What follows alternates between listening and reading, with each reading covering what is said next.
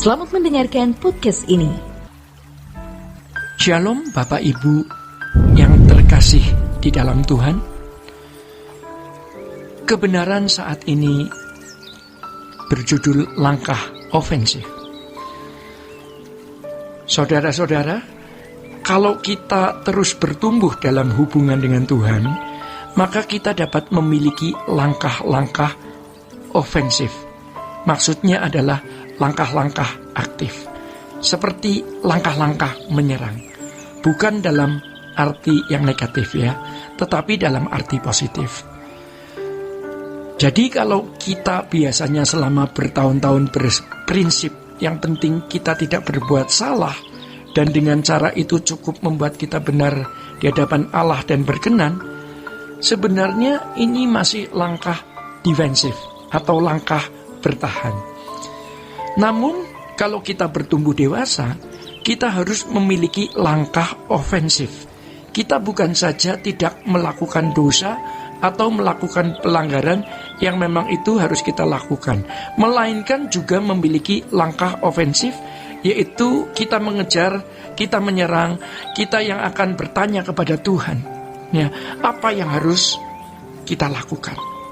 Apa yang harus aku perbuat, Tuhan? Kita harus mempertanyakan kepada Bapa di surga, apa yang harus aku lakukan? Apa yang harus aku perbuat? Jadi saudara-saudara, kita yang mempersoalkan atau mempertanyakan. Jelas kita sudah tidak boleh berbuat salah lagi. Jelas itu tidak boleh, tetapi kita bukan hanya tidak berbuat salah, melainkan kita juga sungguh-sungguh mau mencari apa yang Tuhan kehendaki, apa yang Tuhan mau kita lakukan. Saudara-saudara, langkah ofensif kita harus disertai dengan tekad kita untuk melakukan, ya, untuk kita tidak melakukan, ya. Langkah ofensif kita harus disertai dengan tekad kita untuk tidak melakukan kesalahan lagi yang mungkin bisa kita perbuat. Kita akan berani berkata, aku berjanji Tuhan untuk hidup suci. Aku berjanji Tuhan untuk tidak menyentuh apapun yang bisa mendukakan hatimu. Saudara-saudara, sejujurnya kita sering takut mengucapkan janji-janji seperti itu karena kita takut berbuat dosa, lalu kita akan dikutuk karena sudah janji. Jadi lebih baik kita tidak janji, sehingga kalau berbuat salah tidak apa-apa karena tidak janji, lalu minta ampun. Jadi rasanya tidak terlalu besar kesalahan yang dilakukan karena tidak ada janji. Saudara-saudara yang dikasihi Tuhan, kesalahan itu tetaplah kesalahan. Nilai kesalahan itu tetap sama. Kalau kita berani berjanji, berkomitmen, bernasar, dan bertekad di hadapan Allah untuk hidup suci, memang bukan berarti kita lalu tidak pernah salah. Bisa salah juga, bukan tidak mungkin. Tetapi kita tidak pernah menolerir kesalahan itu. Kita tidak bermaksud melakukan kesalahan itu. Saudara-saudara, dengan ikrar ya, dan janji itu kita menjaga hidup kita dari menit ke menit, dari jam ke jam, dari hari ke hari, untuk hidup lebih benar. Dan itu bisa memberikan kita kekuatan dan potensi untuk hidup, untuk lebih tidak melakukan sesuatu kesalahan, ya. Dengan tekad atau janji dan nasar itu, maka ketika ada kesempatan berbuat salah, kita diingatkan bahwa kita sudah berjanji tidak melakukan kesalahan. Maka ketika ada kemarahan, ketika ada dendam, ketika ada kebencian mau meluap, kita berani berkata, aku sudah berjanji. Dan ternyata itu sangat efektif untuk membawa kita menjadi lebih berkenan di hadapan Tuhan. Itu adalah langkah ofensif kita, ya. Kita berani bertekad, berani berjanji, berani bernasar, lalu kita berusaha untuk mencari apa yang dapat menyenangkan Tuhan. Jadi saudara-saudara, setiap menit yang kita jalani menjadi menit yang berharga. Karena di situ kita memperoleh kesempatan untuk menyenangkan hati Allah dan menyukakan hati Allah. Bukan hanya bertahan tidak berdosa, tetapi bertekad untuk tidak berbuat dosa sama sekali. Ya, dan kita mau melakukan apapun yang Allah kehendaki. Inilah yang membuat kita benar-benar berkemas-kemas. Ini yang membuat kita benar-benar mempersiapkan hari kematian kita. Dengan demikian, saudara-saudara, hidup kita akan terbelenggu.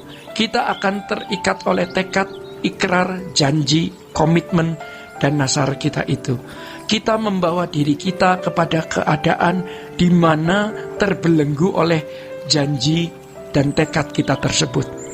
Dan komitmen, ya, untuk setiap menit, setiap jam, setiap hari kita menyenangkan hati Allah saja. Inilah kehidupan yang Allah kehendaki, ya. Ini yang dimaksud dengan menyembah Allah dalam roh dan kebenaran. Bukan hanya menyanyi saja atau ikut doa lalu kita menyembah-nyembah kepada Tuhan, melainkan di setiap saat hidup kita harus bisa menyenangkan Dia. Ya, itulah lagu, pujian, dan penyembahan kita. Kehidupan seperti ini adalah kehidupan yang akan berlanjut nanti di kekekalan. Saudara-saudara, kita akan bisa mengalami hal-hal yang luar biasa. Setiap kali kita berbuat salah, kita bukan hanya minta ampun, tetapi kita bertekad untuk tidak mengulangi lagi kesalahan itu. Bahkan kesalahan yang tidak pernah atau belum pernah kita lakukan, juga kita tekadkannya untuk tidak kita lakukan.